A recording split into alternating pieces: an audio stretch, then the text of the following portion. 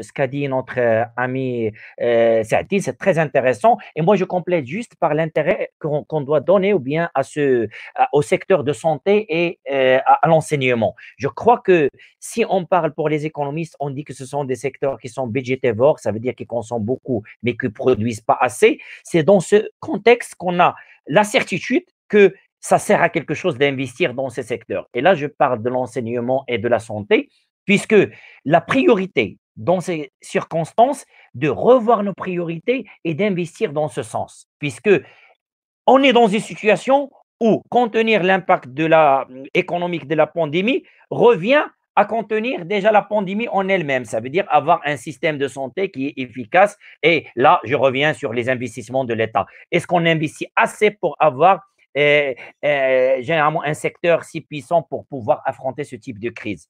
Deuxième chose, c'est par rapport à l'enseignement aussi, puisqu'on parle maintenant de la recherche scientifique. Et on n'est pas à l'abri. Lorsqu'on parle de la recherche scientifique, il y a beaucoup de pays actuellement qui s'arrachent le fait de chercher une solution pour cette pandémie, mais les pays en voie de développement, où je dis la plupart, ils sont en salle d'attente, en train d'attendre cette formule magique qui doit sauver le monde et sauver les économies. Alors, pourquoi pas investir dans la recherche scientifique et pouvoir donner les moyens à nos chercheurs, puisqu'on a des potentiels, mais malheureusement, on n'a pas assez de moyens pour pouvoir le faire. Alors, moi, maintenant, je vais ouvrir un peu le champ à nos intervenants pour recevoir leurs questions. Il y a beaucoup de questions qui sont très intéressantes ici.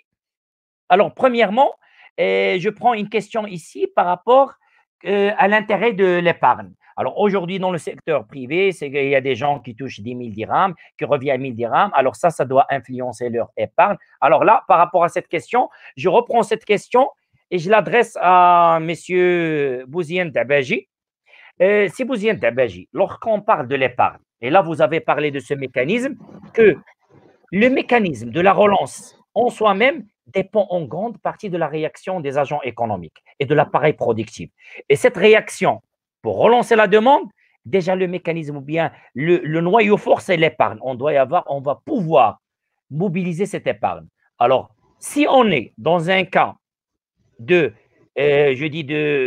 où les ménages prévoient déjà une situation bien des perspectives négatives, ça peut se répercuter sur leur épargne, ce qui peut déjà priver l'État d'opportunités pour pouvoir diriger cette épargne. Alors, première partie de ma question, c'est par rapport à la politique étatique et la question de l'épargne.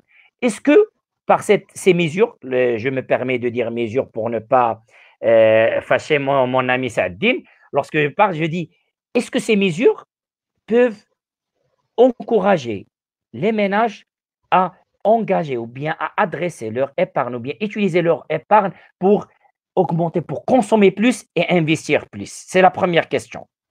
Deuxième question, je reviens vers la politique monétaire et je vous dis que après une crise majeure comme celle-ci, toujours le spectre de la stagflation est là.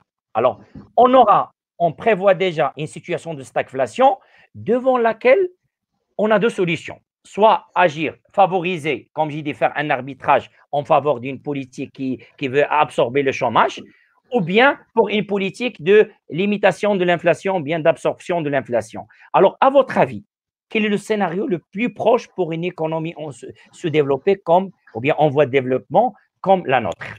À vous la parole, cher ami. D'accord, merci Youssef. Donc, pour interagir avec vous et vos questions de notre cher auditoire, c'est premièrement concernant l'épargne. Donc, l'épargne, il faut distinguer entre deux choses, parce que lorsqu'on pose la question à une personne ordinaire qui n'a pas fait des études, ou même qui ont fait des études, est-ce que vous épargnez? Il va vous dire, j'arrive à peine de boucler le mois. Si je m'endette pas, donc c'est bien. Donc les gens, ils peinent à retrouver l'épargne. Donc l'épargne, là, quand on parle de l'épargne, il y a deux types d'épargne. Il y a une épargne qui est thésaurisée, qui sort du circuit économique, et ça c'est mauvais pour l'économie, ou bien celle qui est orientée par exemple à être envoyée vers l'étranger, etc. Donc ça, cette épargne, elle est nuisible pour l'activité économique. Et il y a une deuxième épargne qui est sollicitée par les banques et qui est réintroduite dans le système financier Et par la suite, ça, c'est bien pour l'économie. C'est une épargne, soit qui est placée au niveau des comptes bancaires, soit qui est réinvestie, soit par la création des entreprises, soit par exemple l'investissement en achetant des actions, etc., au niveau du marché financier. Donc, ça, c'est concernant l'épargne en elle-même. Donc, pour dire, est-ce que c'est favorable ou défavorable? Bon, maintenant, la capacité d'épargner. Donc, vous savez, quand on est face à une situation de crise, lorsqu'on épargne, notre épargne a tendance à aller dans le premier volet, au volet de thésaurisation, au volet de faire sortir mon argent du circuit économique parce que je risque de perdre. Et ça, c'est mauvais. Donc, c'est très mauvais pour l'activité économique parce que ça limite la production, ça crée le chômage, ça crée l'inflation, la stagflation et tout ce que vous avez. Donc là, il faut encourager par quoi? Il faut encourager par la création d'un système de confiance. Donc il faut rétablir la confiance des acteurs économiques dans les solutions qui sont à venir. Bon, jusqu'à maintenant, toutes les mesures qui ont été entreprises, c'est pour rétablir la situation actuelle et pour ne pas l'aggraver, que ce soit au niveau sanitaire, que ce soit au niveau économique. Parce que si ça se dégénère au niveau sanitaire, si nous avons, par exemple, un nombre de dégâts, un nombre de morts qui est très important, si on n'arrive pas à maîtriser la situation épidémique, donc on aura forcément un crash, une catastrophe économique et sociale par la suite. Donc il faut maîtriser déjà la situation sanitaire. Deuxième chose, au niveau économique, il faut encourager l'épargne par des mesures favorables à encourager les gens à investir. Même si on est en moment de crise, même on est dans le moment de difficulté, il faut investir. Donc ça revient et ça nous donne le lien directement avec la question de la stagflation. Nous, moi, je suis pas très pessimiste, donc on n'est pas sur le bord d'une stagflation, malgré toutes les difficultés que nous avons pu accumuler dans cette période, malgré tous les pronostics qui sont faits et qui donnent des indicateurs qui sont très défavorables. Mais je mise sur la capacité de solidarité des Marocains pour sortir de cette crise-là. Et l'optimisme, on doit l'avoir, on doit capitaliser autour pour sortir de cette situation. Donc, si on est dans une logique optimiste et réaliste, bien sûr, donc on doit maintenir l'activité économique et on doit continuer à investir, continuer à être productif, etc., pour faire sortir de cette crise-là. Bon, juste avant de terminer mon intervention, j'ai une pensée particulière et là pour notre collègue, c'est Mohamed Al-Jari, qui devait être parmi nous et je pense que c'est à cause d'une force majeure qui n'est pas avec nous aujourd'hui. Donc, je lui passe le bonjour et je lui souhaite voilà un bon confinement chez lui et ainsi que tous les personnes qui nous suivent. Donc, je leur souhaite également un bon confinement, qu'ils sortent de cette crise-là, qu'ils soient qu'ils entreprennent leurs activités par la suite dans les meilleures conditions. Je sais qu'il y a dans cette période une grande énergie qui se développe chez les gens et qui veulent la relance et qui veulent sortir, mais il faut être prudent. Il faut mettre dans la tête que c'est vrai que c'est important l'économique, c'est vrai que c'est important d'être productif et de ne pas tuer l'économie et de ne pas l'asphyxier avec un confinement majeur, mais il faut faire très attention. Tout dépend de notre acte de citoyenneté et de suivi qui est rigoureux des autorités sanitaires, parce que là, non, on est dans le domaine économique et financier et notre analyse elle est financière et économique, mais il faut tous être en mesure de suivre avec rigueur les directives sanitaires, parce que si ça se dégénère au niveau sanitaire, donc on peut plus parler de l'économie, on peut plus parler de société sociale, etc. Bon, voilà. Donc voilà, c'est comme ça que je laisse une perspective favorable, espérant, et que voilà que les gens entreprennent et que la solidarité règne et ça serait le mot sur lequel on doit se baser pour continuer notre projet de modèle de développement sur le plan structurel, voilà, sur le plan de long terme. Il faut miser sur cela pour maintenant on est en train de faire des mesures conjoncturelles et bien évidemment nous avons notre propre conception de modèle de développement. Il faut investir et être solidaire autour de cela et il faut toujours placer la priorité à l'homme dans tout modèle, dans toute mesure sur laquelle nous allons entreprendre par la suite par les autorités publiques. Voilà. Et il faut, j'insiste beaucoup, il faut y avoir confiance dans notre système et dans notre capacité, parce que si on perd cette confiance, rien ne pourra remédier à la situation qui va venir par la suite. Voilà. Merci. T'inquiète pas, mon ami, on s'inspire de vous. Moi, j'aime beaucoup cette précision, cher ami Dabaji. Et bien sûr, j'ai oublié de lui dire que notre ami Njari, pour des circonstances un peu particulières, elle n'est pas là parmi nous. Ça aurait dû nous faire beaucoup de plaisir de le voir parmi nous. Mais ça sera, Inch'Allah, une autre occasion par la suite de voir tout le monde ici et enrichir un peu plus le débat. Alors là, merci, Monsieur Dabaji. Je passe à notre ami Rachid. Et Rachid, il est un peu fâché de moi parce que Rachid, je sais, c'est quelqu'un qui veut parler, qui veut s'exprimer. Et moi, je joue le rôle parfait de celui qui coince Rachid par rapport au temps. Vous devez respecter le temps. Rachid, je suis désolé, mais je dois le faire. Rachid, ça va, cher ami, ça va. Rachid, regarde. Rachid, lorsque je parle de la crise, maintenant, on peut être un peu optimiste, comme a dit notre ami Dabaji, et évoquer certaines choses qui peuvent nous inspirer dans ces circonstances et sur lesquelles on peut le capitaliser par la suite, dans la période post-Covid. Parle ici, premièrement, de la question de la digitalisation. Vous avez parlé de la digitalisation, c'est très important. Le digital, c'est très important. Sans digital, on aurait dû avoir beaucoup de problèmes et la situation pourrait être plus désastreuse de ce qu'on a. Même lorsqu'on parle de digital, c'est le travail à distance, c'est l'enseignement à distance, c'est même le social à distance. Alors bon, je peux dire que le digital, c'est quelque chose sur lequel l'État doit capitaliser dans la période post-Covid pour pouvoir un peu se préparer pour ce qui suit. Deuxième question, Rachid, toujours, c'est par rapport à cette question de la décentralisation et la déconcentration des politiques économiques. Alors, lorsqu'on est en face d'une pandémie comme celle-ci, on a vu que ce sont ces mécanismes de décentralisation et de déconcentration, ça s'apparente plus efficace dans la gestion de la crise, par rapport à l'évaluation des besoins, par rapport à le redressement des aides. Alors, qu'est-ce que vous en pensez par rapport à ça? Est-ce que ce n'est pas l'opportunité de développer ou bien de développer la régionalisation au Maroc ou bien de donner aux acteurs locaux plus de prérogatives pour pouvoir agir dans des conditions pareilles? À vous la parole, cher ami.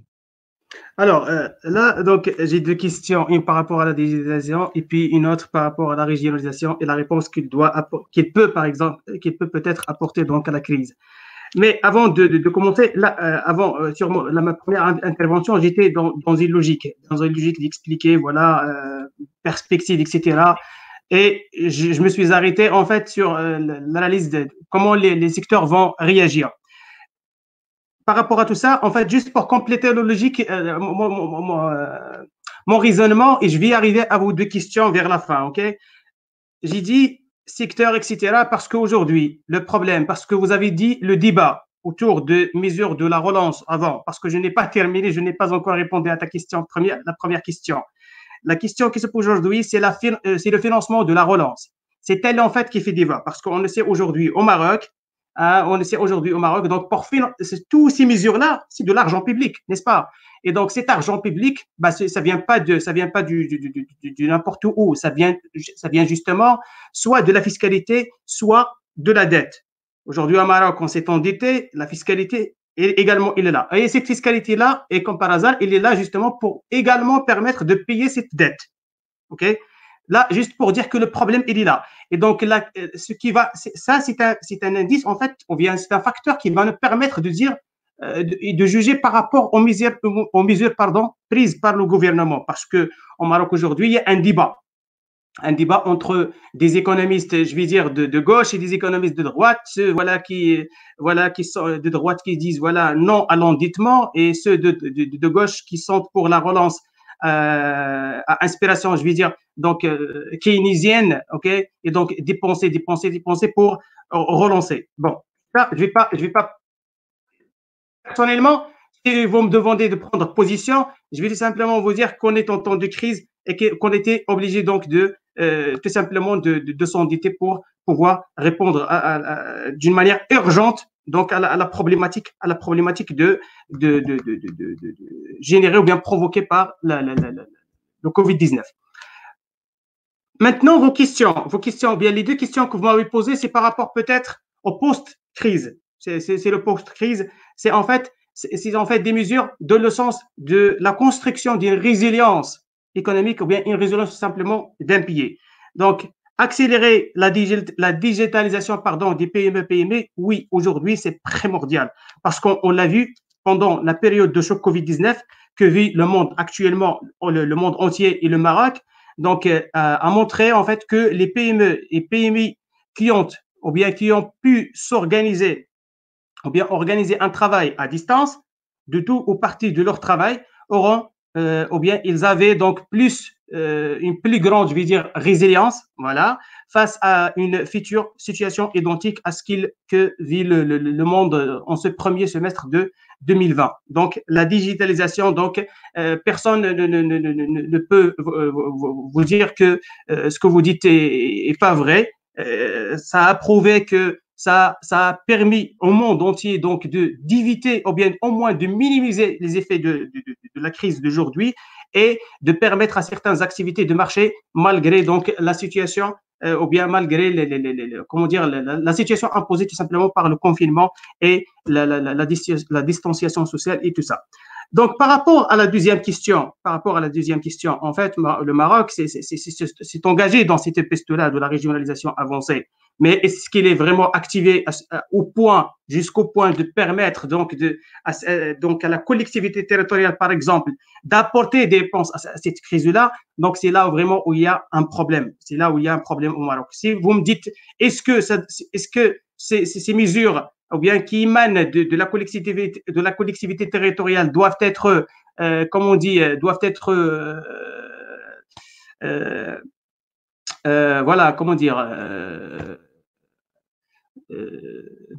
assurées justement pour permettre en fait de dépasser la crise, je vais vous dire oui. Il faut effectivement compter sur ça parce que aujourd'hui, il y a des économistes qui appellent donc dans le cadre des mesures pour dépasser les effets de la crise, qui appellent par exemple à l'activation de la mesure de la commande publique. Si on analyse la question de la commande publique, on voit que presque entre 60 et 70% de la commande publique, c'est des entreprises et des établissements publics. Entre 6 et 10%, c'est des collectivités territoriales.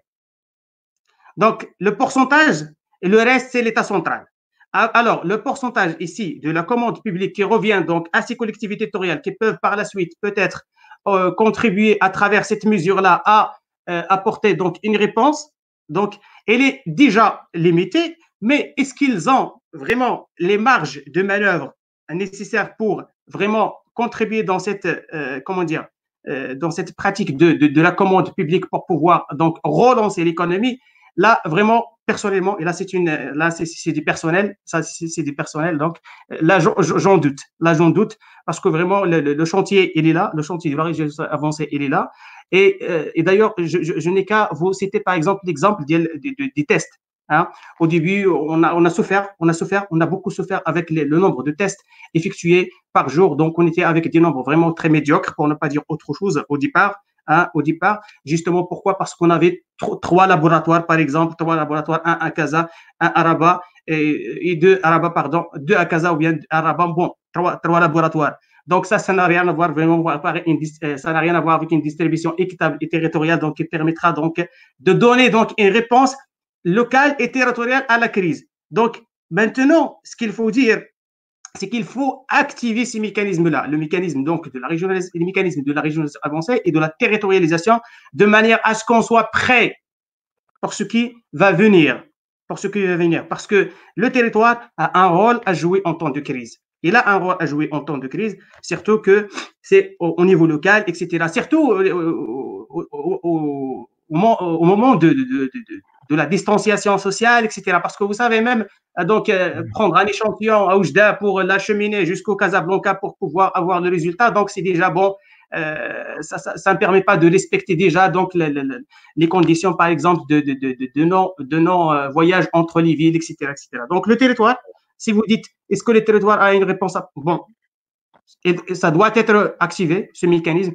mais est-ce qu'il est le cas aujourd'hui au Maroc? Je crois que ce n'est pas le cas et de croire, justement, raison de plus pour penser et repenser, en fait, la régionalisation avancée comme chantier et le modèle de développement, comme l'a évoqué monsieur Tabaji. Donc, et dans le cadre de ce nouveau modèle de développement, justement, capitaliser, justement, prendre ce facteur à intégrer, justement, dans ce modèle de développement, bon, la formule, je ne sais pas, est-ce qu'on a une visibilité sur la formule. L'essentiel vaut que la dimension territoriale soit prise dans ce nouveau modèle de développement afin de pouvoir mettre une bonne réponse en temps de crise, tout simplement. Voilà. Bien reçu, cher ami Rachid, c'est bien reçu, on a bien compris, mais il faut faire attention parce qu'on a un sociologue et deux économistes. Alors, notre sociologue va se fâcher, il va se dire qu'il n'a pas pris assez de temps pour lui. Alors, avant de passer pour Saad, avant d'adresser la parole à Saad, j'aimerais juste répondre à deux questions rapidement par rapport à ma spécialité déjà, sur l'impact sur les entreprises exportatrices. Alors là, c'est évident que lorsqu'on parle d'une pandémie dans laquelle certains pays ont fermé leurs frontières, on va penser directement à un secteur exportateur qui est très important pour le Maroc, c'est le secteur touristique. Alors oui, le secteur touristique, en termes d'impact, c'est le premier qui a pris généralement qui subit l'impact de la fermeture ou bien la limitation de la mobilité au niveau international, c'est sûr. Mais par rapport aux autres secteurs, il y a des gens qui disent mais pourquoi parler de crise pour les entreprises exportatrices alors que les marchandises peuvent circuler? Ce sont les hommes qui ne peuvent pas circuler. Mais je peux vous donner des exemples. Un exemple, premier exemple, c'est par rapport à la chaîne logistique. Lorsque vous parlez de l'exportation, le plus important pour une entreprise, c'est la stabilité de la chaîne logistique. Et là, on a des sérieux problèmes. Alors, il y a une déstabilisation de la chaîne d'approvisionnement, mais aussi de la chaîne de logistique. Et je peux vous donner un exemple. Récemment, il y avait une commande qui était faite par la France pour ramener ou bien importer certains matériaux médicaux. Alors, on a voulu importer, on a envoyé un avion pour les récupérer. Il part sur place. Et tout à coup, après 3 jours, aucun contact avec l'avion, on se rend compte qu'après qu'ils ont fait le test généralement pour l'aviateur, ils ont trouvé que l'avion déjà, l'équipe qui conduit l'avion, généralement, ils sont testés positifs à Covid-19 et sont généralement bloqués. Alors, on ne peut pas exporter cette marchandise. Et c'est pareil, puisque lorsqu'on parle de mouvement de marchandises, c'est en même temps, il y a des hommes, il y a des matériels qui bougent en même temps. Alors, déjà, on aura une déstabilisation de la chaîne logistique, va impacter automatiquement les entreprises exportatrices. Deuxième réponse à une question par rapport à l'épargne. Alors, sur les commentaires que j'ai ici, tout le monde parle de la mobilisation de l'épargne. Oui, c'est vrai que le moteur de la relance dans une situation de crise majeure, c'est l'épargne, c'est sûr. Mais lorsque là, on a deux problèmes. Le premier problème, ce sont les chocs sur les familles qui ont perdu leur emploi. Il y a des familles qui ont perdu leur emploi ou bien au moins qui ont vu leur revenu diminuer. Alors là, automatiquement, une diminution du revenu va entraîner une diminution de l'épargne. Deuxième chose, c'est par rapport à la question de la confiance. Et là, je suis totalement d'accord avec M. Tabaji que l'élément le plus important dans la relance économique, en situation de crise, c'est la confiance. Lorsqu'on a des agents économiques qui ont confiance dans leur autorité et dans la politique étatique, là, automatiquement, il y a une implication. Et l'implication, elle est automatique et systématique. Alors, par exemple, si moi, je vois que j'ai confiance dans mon gouvernement et je vois que les perspectives sont positives, alors mon épargne automatiquement diminue et la consommation la consommation diminue et l'épargne est mobilisée. Et c'est le cas, si on se souvient bien, qu'au début de la pandémie, il y avait un mouvement d'afflux sur les supermarchés et il y avait un fou mouvement généralement de consommation massive comme si c'était l'extinction.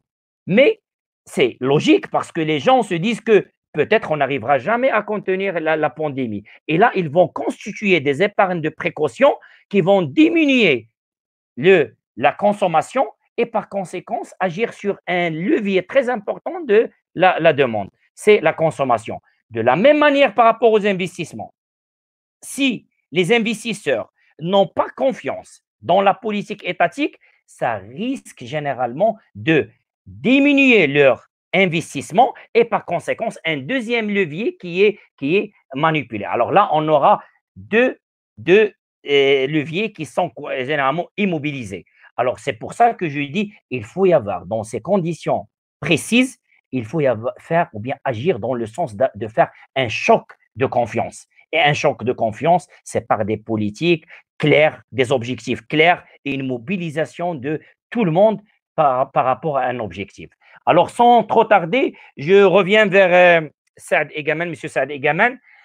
Saad, on a oublié une chose, sans oublier bien sûr une chose très importante, c'est par rapport aux entreprises. Alors, lorsqu'on parle de la vulnérabilité, et je suis que vous êtes un spécialiste là-dessus, que la vulnérabilité, parfois, on l'associe directement au secteur informel. Alors, dans ces circonstances particulières, on a vu qu'il y a une transformation de la donne, qu'on constate qu'il y a une vulnérabilité dans le secteur formel, qu'il y a des entreprises dans ce genre de crise qui commencent à licencier des gens ou bien à manipuler certaines informations pour pouvoir bénéficier d'une manière ou d'une autre des aides publiques. Alors, comment on peut redresser la situation des entreprises en général et particulièrement des PME, PMI en difficulté?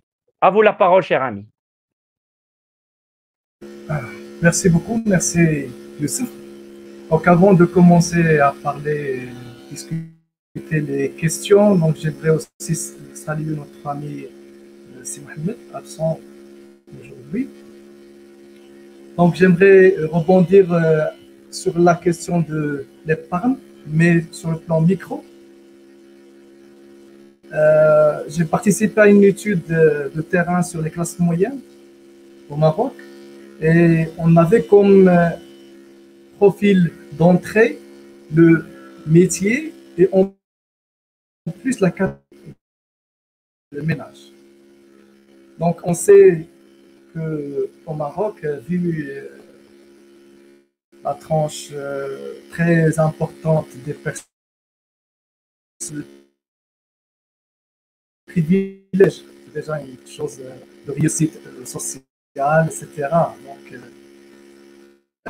mais lorsqu'on est sorti sur le terrain, de poser la question est-ce que vous constituez une, etc. Il nous disait que ils faisaient des crédits, donc ils avaient recours à des crédits et le crédit pour eux il est assimilé à l'épargne. Et donc, ces personnes qui peuvent accéder à l'épargne à travers les crédits, donc la traite qu'on paye chaque mois, pour eux, il est assimilé à une somme épargnée. Donc, on peut parler déjà ici, comme certains sociologues disent, donc il y a aussi une égalité d'accès au crédit, parce qu'il y a certaines personnes vulnérables aujourd'hui qui n'arrivent pas à subvenir à ses besoins et qui ne peuvent pas aussi accéder au crédit. Donc, le crédit peut être aussi constitué un privilège. Donc, pour les petites et moyennes entreprises aussi, qui ont à déposer les garanties nécessaires, on peut aussi parler d'inégalité par rapport aux grandes entreprises qui ont les gages et les hypothèques nécessaires. Donc, voilà donc concernant l'épargne. Je passe à une autre chose. Lorsqu'on parle aujourd'hui des classes, la classe sociale, inégalité, etc., le confinement, il est aussi considéré pour certaines catégories comme un privilège. Donc, de rester à la maison, de faire ses loisirs de peinture, d'écrire un livre, voilà, donc de faire plusieurs choses qu'ils n'avaient pas la possibilité de faire avant, de s'occuper plus de ses enfants, etc.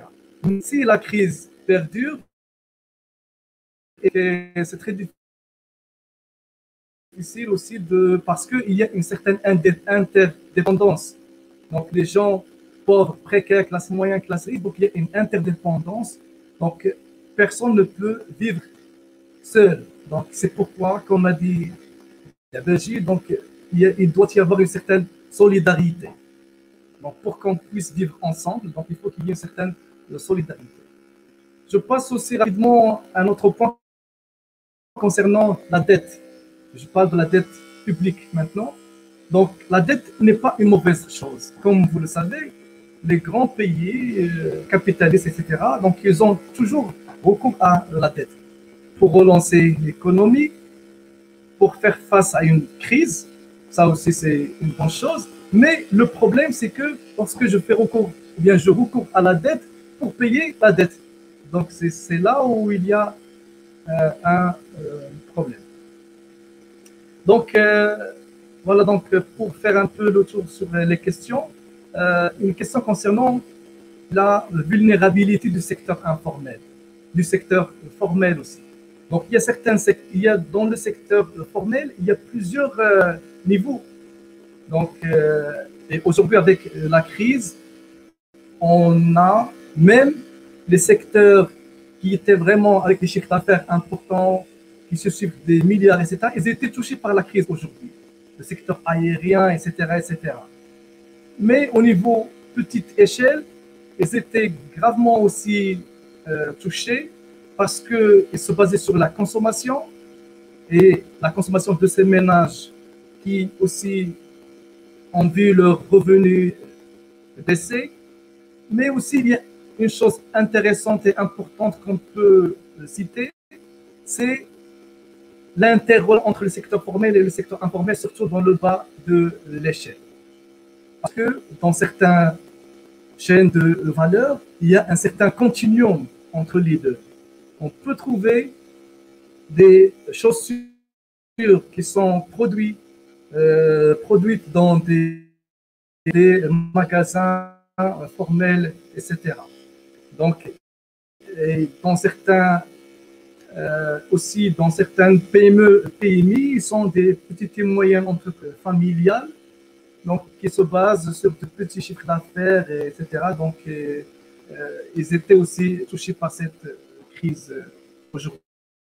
Donc, agir sur la confiance, dans un autre point que vous avez cité, la confiance des acteurs, pas seulement des acteurs vraiment mais aussi la confiance des petites et moyennes entreprises, la confiance des gens qui veulent faire leur propre entreprise, etc. Un dernier point que j'aimerais aborder, c'est concernant cette optique libérale, donc il faut revoir chez nous, parce que lorsqu'on veut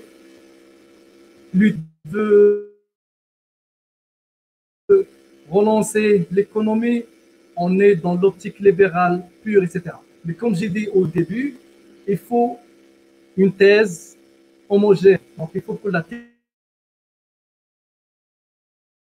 donc il faut adapter et adopter un cadre théorique des politiques économiques, des politiques sociales homogènes, mais qui sont adaptées à la réalité marocaine. Voilà, et merci. À vous.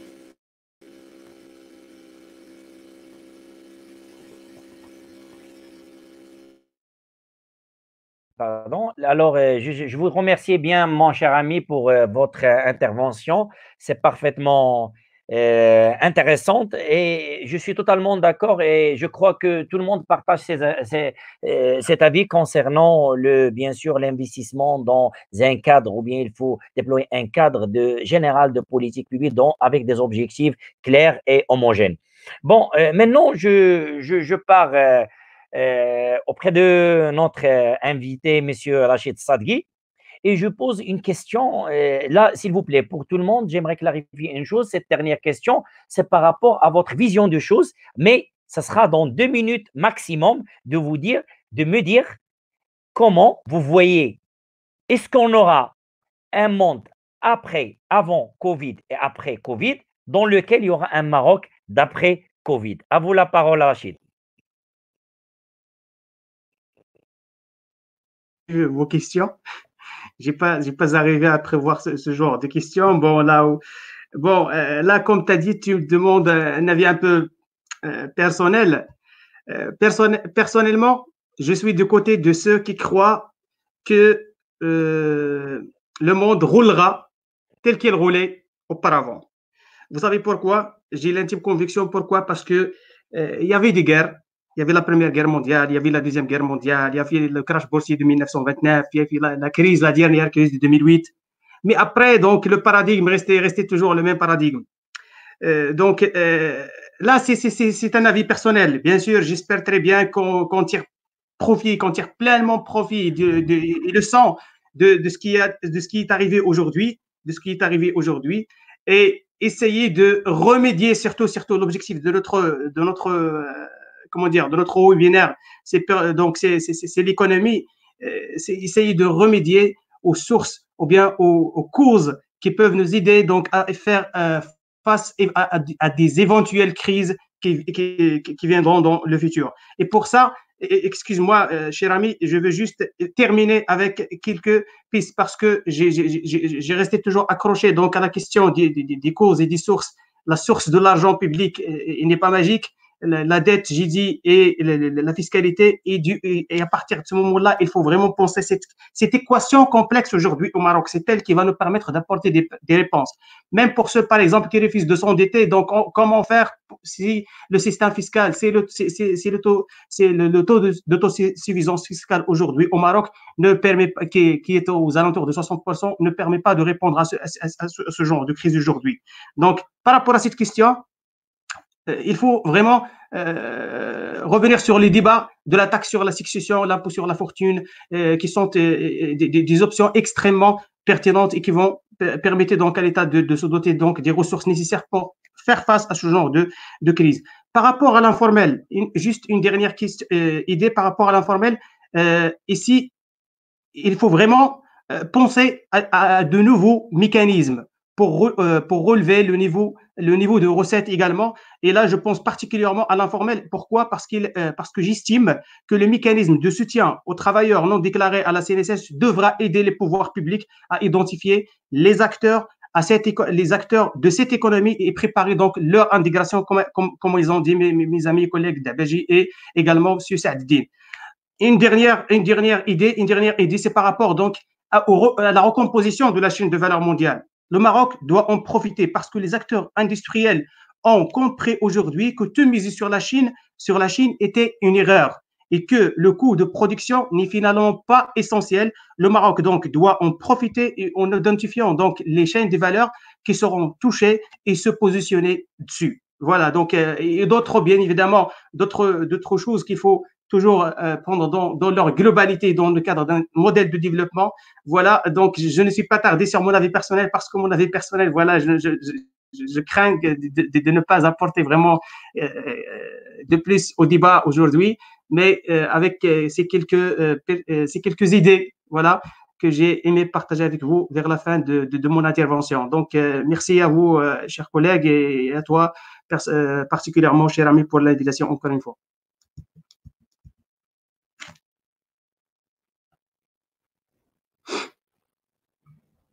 Micro. J'ai dit que c'est un grand plaisir de vous entendre, mais je suis obligé de faire respecter généralement le temps consacré à chacun, mais c'est un plaisir de vous faire sortir de votre confinement ce jour-là. Alors, je passe à mon ami Dabaji, et maintenant, je me pose toujours la même question, mais autrement dit. Et lorsque je parle toujours de la crise, je dis qu'il y a des opportunités et il y a des choses à corriger.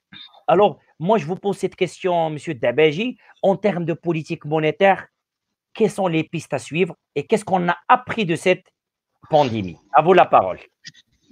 Voilà, merci, Youssef. Donc, il y a une phrase que j'aimerais bien dire qui va contredire un petit peu ce qui a été prononcé par mon ami, qui va compléter un petit peu ce qu'il a dit sur Sabri.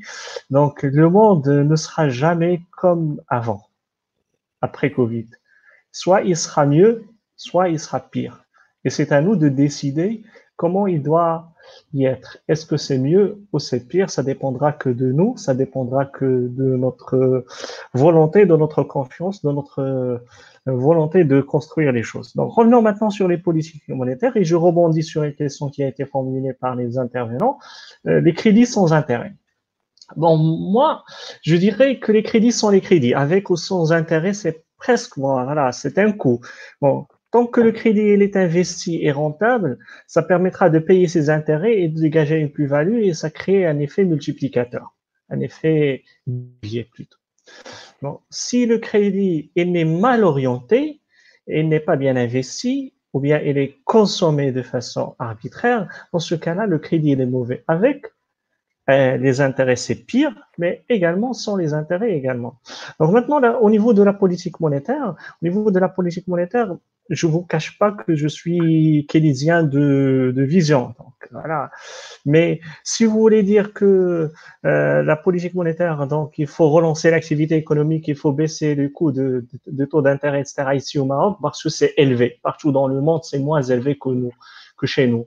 Donc, ça doit être revu à la baisse et ça a été bien promu avec le projet Intelaka avec des intérêts jamais vus 2%, 1,75%. Donc, c'est quelque chose de favorable. Donc, il faut miser sur cela. Donc, il faut créer une certaine lueur d'espoir avec la continuité. Donc, il faut miser sur la solidarité de la population et pourquoi pas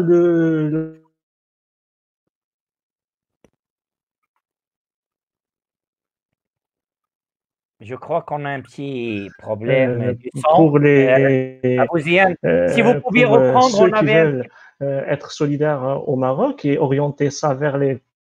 la Abouziane, population pouviez-vous qui en reprendre a parce qu'il y avait besoin. une coupure de son? Encore une chose, c'est au niveau de la politique publique. Si vous voulez dire que l'ultralibéralisme, c'est bien gérer les dépenses publiques, c'est de créer des mécanismes de gouvernance, de productivité du service public. Voilà, là, je suis ultralibéraliste. Voilà, si vous voulez dire par là, moi je suis pour qu'il y ait une bonne productivité au niveau du service public, une bonne rentabilité, une bonne gestion.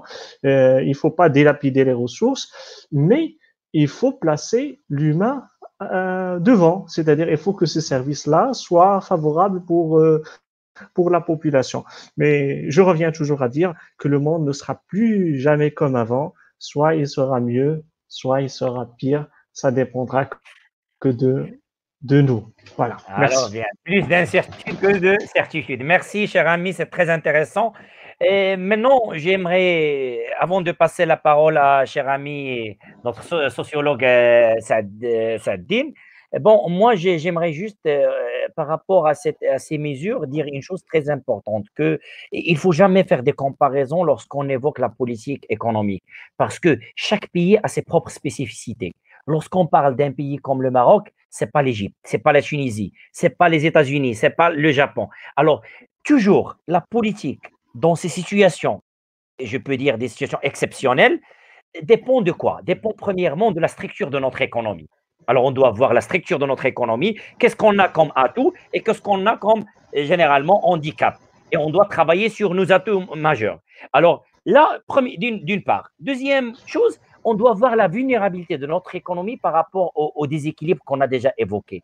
Est-ce qu'on a une économie qui peut résister à des taux de chômage élevés ou bien, et bien sûr, désormais, est-ce qu'il y a une économie qui peut fonctionner avec des taux d'inflation élevés? Alors, toujours, c'est une question, et moi, je contredis là, M. Dabaji, en termes généralement de posture. Moi, je dis que je suis plus pour une politique de relance associé par la suite à une politique de rigueur. C'est le stop and go. Et moi, je crois que si les politiques de relance ont démontré leurs limites lorsqu'on parle de la crise de 1973 et ont démontré qu'il y a certaines, lorsque vous avez un système économique qui fonctionne déjà à plein régime et la crise s'installe, alors vous avez une difficulté, même si on peut agir, on vient pour agir par la politique monétaire, la réaction sera faible. Et là, on va créer plus d'inflation que de croissance économique. Alors moi, je suis pour une politique de relance accompagnée ou bien assortie de mesures d'austérité. Pourquoi? Parce que si je prends un certain nombre d'exemples comme la Grande-Bretagne, comme les États-Unis, comme la France auparavant, ces pays ont opté pour des politiques de relance après 1973. Il y avait des répercussions qui étaient négatives. Pourquoi? Parce que même si on relance, il y a toujours ce maillon qui échappe, c'est la réactivité de l'économie. Et vous avez parlé de la confiance des agents économiques. Lorsqu'on a une politique qui est bien fondée, mais que l'appareil économique ne réagit pas, alors comme si on est un malade sous réanimation et on est en train d'ajouter des doses, mais par rapport à ça, s'il ne réagit pas, c'est difficile de continuer à injecter des choses alors que l'appareil déjà, ça ne marche pas. Alors pour moi, je dis qu'il faut prendre ces politiques avec une très grande précaution. Il ne faut pas tomber dans l'imitation, puisque nous, à un certain moment, on se sent qu'on est dans l'incertitude. Et c'est pour ça que j'ai posé cette question par rapport à la nature de la politique étatique. Parce que ce qui est non déclaré, ça peut-être c'est plus intéressant de ce qui est déclaré. Et là, je dis que la politique étatique doit être assortie à une communication très forte qui peut créer un choc de confiance qui doit accompagner cette politique de relance. Sinon, une politique de relance doit conduire à accentuer les tensions inflationnistes, à stabiliser l'inflation et peut agir à court terme sur le chômage sans effets à moyen et à long terme. Alors moi, c'est mon avis personnel, bien sûr, et je dis toujours qu'on n'est pas là pour prédire, on ne prédit rien, mais on est en train juste de donner des avis personnels basés sur des arguments scientifiques. Bon, je passe maintenant la parole à mon cher ami Saadin et je vais parler toujours de cette problématique du social. Alors, après le Covid ou bien la période post-Covid, quels sont les traits de notre réalité sociale? Comment ces problèmes sociaux peuvent se répercuter sur les perspectives du Maroc post-Covid? À vous la parole. Merci cher Youssef. Donc cette crise a dévoilé tous les maux sociaux que peuvent connaître notre société, ou bien qu'a déjà connu notre société. Donc elle a dévoilé les problèmes de précarité, d'informel, etc. Donc il y a des choses sur lesquelles on a parlé aujourd'hui, alors qu'avant c'était seulement occasionnel. Mais aujourd'hui on en parle beaucoup, ils sont plus visibles. Et donc, il y a des gens qui souffrent aujourd'hui, qui sont visibles, etc. Donc, il y a plusieurs secteurs qui sont menacés, plusieurs entreprises qui sont en crise. Ça veut dire que aujourd'hui, c'est comme si une personne malade, donc c'est maintenant là où il y a les problèmes structuraux, là où il y a les problèmes conjoncturaux, donc conjoncturels. Donc, il faut quand même aujourd'hui tracer les priorités. Donc, et la priorité, comme vous l'avez dit, comme vous l'avez indiqué, c'est l'homme. C'est l'homme aujourd'hui qui doit être au centre de toute politique économique, de toute politique sociale, monétaire, etc. Donc, l'homme, il est le plus important. Personnellement, je suis de nature optimiste. Donc, ça permet de voir l'avenir pas en rose, mais quand même être conscient des différentes difficultés, mais d'aller de l'avant et de continuer, de permettre d'être plus, vraiment plus confiant. Voilà. Donc, concernant la période ou bien après Covid-19, donc il y a certaines mesures qui ont été prises aujourd'hui qui ne vont pas durer, par exemple la caisse du coronavirus, etc., etc. Donc, ces mesures, elles sont seulement exceptionnelles pour cette période. Ça veut dire qu'il faut plus se baser sur une politique, sur des mesures à long terme et sur de lutter contre la pauvreté, lutter contre le chômage, contre la précarité, mais pas en donnant de l'argent. Donc, parce que ce n'est pas une solution, c'est en se basant sur la scolarité, en se basant sur la santé, etc. Donc, c'est d'éviter ce qu'il y a toujours, cette reproduction sociale. Le père est pauvre, le fils aussi devient pauvre, etc. Donc, il faut qu'il y ait quand même assurer une mobilité sociale, donc dans l'économie. Donc, si la période de confinement s'étend sous peu de temps, on peut revenir à nos habitudes antérieures. Donc, on peut, comme j'ai dit, oublier et revenir à nos activités, etc. Mais les problèmes et les maux sociaux, ils vont rester voilà, dans le même niveau. Ça veut dire que c'est là où on doit réfléchir à rénover et à penser à de nouvelles politiques économiques, à de nouvelles politiques sociales, parce qu'aujourd'hui, on sait quelles sont les priorités. J'ajoute que ces politiques-là, et je vais juste mettre le point plus parce que je l'ai déjà dit, mais je vais rappeler, la politique économique doit concerner le sociologue, le psychologue, l'économiste, etc. Donc, il faut qu'il y ait quand même cette conception, cette conviction en la multidisciplinarité qui est vraiment très intéressante. Au niveau des politiques économiques, il y a une certaine chose que j'aimerais aussi citer, qui est très importante, ce sont les modes d'évaluation. Donc, il faut repenser les politiques publiques, parce qu'on met en place une politique publique et par la suite, on fait une nouvelle politique, etc. Mais, comme on dit, même s'il y a certaines institutions, même constitutionnelles, mais qui n'ont pas ce pouvoir coercitif. Donc, ça veut dire qu'il faut quand même penser à avoir, par exemple, des modes d'évaluation a priori, avant de lancer l'économie, avant de lancer cette politique, et faire participer les personnes concernées. Parce que parfois, on peut creuser un puits, par exemple, dans un milieu rural, alors que les gens préfèrent que ce puits soit plus loin de chez eux pour qu'ils puissent sortir, se balader un petit peu, etc. Donc, il faut revoir quels sont les besoins de cette population locale avant d'appliquer une politique qui vient du haut. Voilà. Donc, voilà, je remercie moi aussi donc, les différents participants. Je remercie Youssef pour ce plat, vraiment très délicieux. Voilà, et à vous la parole. Bon, merci beaucoup, c'est à moi de vous remercier et vraiment je suis très content parce que je vois que mon choix n'était pas hasardeux. J'avais la conviction que ça sera très intéressant pour notre audience et c'est ça l'objectif déjà puisqu'on est là pour ne pas, on n'est pas là pour prédire mais tout simplement pour partager ce qu'on est en train de lire, on est en train de voir et avec une grande bien sûr objectivité et une grande distanciation par rapport à notre objet.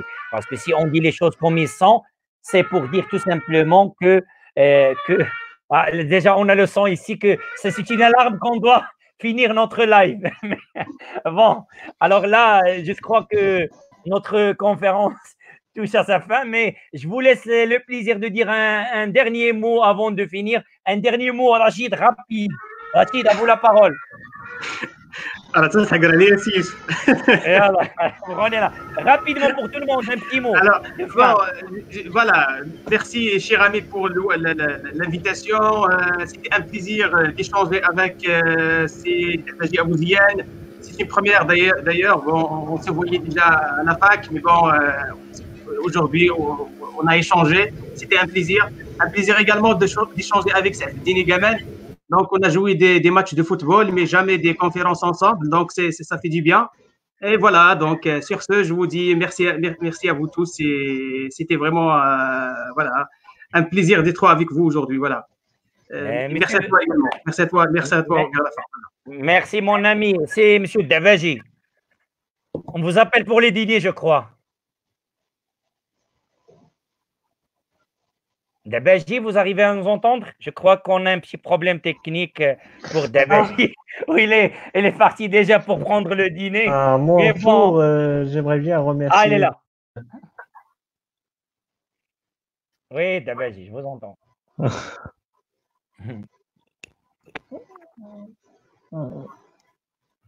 Oui, Là, Dabaji, je on vous suis là. entend. Peut-être avant, Oui, il y a un mais problème de bon, connexion. donc, Bon, mais vous bon. m'entendez? Oui, oui, oui, on vous entend. Oui. D'accord. Donc, voilà, j'aimerais bien, voilà, j'aimerais bien à mon j'aimerais bien à mon tour vous remercier, Youssef, ses collègues, Saddine et Sabri, pour ce débat enrichissant. Voilà. Et voilà, donc, c'est qui est de partager les idées qui étaient vivement enrichissantes. On espère bien qu'on a pu contribuer à éclairer quelque chose pour l'audience qui nous a suivis. Donc, j'espère pour tout le monde un bon confinement, un très bon déconfinement par la suite, et espérant que Dieu puisse lever cette pandémie dans les bonnes conditions, et espérant toujours un Maroc meilleur pour tout le monde et un monde Merci. meilleur pour tout le monde aussi. Merci, cher Dabaji. Merci. Un plaisir de partager avec vous ce live. Monsieur Zaddine.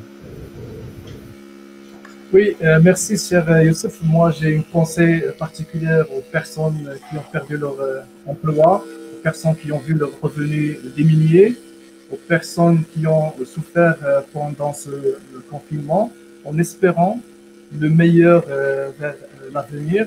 Et une pensée aussi aux classes moyennes précaires, parce qu'on pense toujours aux personnes qui ont perdu leur emploi, etc., et donc qui ont peut-être profiter de la caisse du Corona, mais il y a aussi des personnes qui ont vu leurs revenus diminuer et qui sont tombées dans la pauvreté aussi, donc ou bien qui se sont dégradés dans l'échelle sociale. Et j'aimerais aussi saluer tous ceux qui nous ont suivis pendant ces 2 heures et demie. Et j'espère que ça a été fructueux et agréable. Voilà, et merci. Merci pour vous. Ouais. Merci à vous, cher ami, et de ma part aussi, je remercie beaucoup. Je vous remercie pour votre implication, votre implication active. Et là, je vous ai appelé pour proposer une conférence en ligne, vous étiez prêt à le faire et c'est un grand plaisir de partager avec vous. J'avais confiance que déjà, même avant le live, que ça sera enrichissant et je crois que ça sera le cas. Deuxième chose, j'ai une pensée spéciale vraiment pour notre ami Njari, qui n'est pas avec nous aujourd'hui. Et on aurait aimé le voir avec nous parce qu'il devrait apporter plus à notre débat. Aussi, une pensée spéciale, bien sûr, je partage la pensée de mon ami Saad aux gens qui ont souffert pendant ce confinement, puisque s'il y a des gens qui rêvent de sortir, de partir faire leur loisir ou bien de prendre un café, il y a d'autres personnes qui pensent juste à une chose, de pouvoir sortir pour chercher de quoi se nourrir. Alors, je me dis que on doit y avoir une pensée spéciale pour ces gens et on doit continuer à faire preuve de responsabilité parce que ce qu'on est en train de faire maintenant, c'est très important parce qu'on allège les souffrances de certains et en même temps, on peut aider l'État à gérer dans les meilleures conditions cette crise.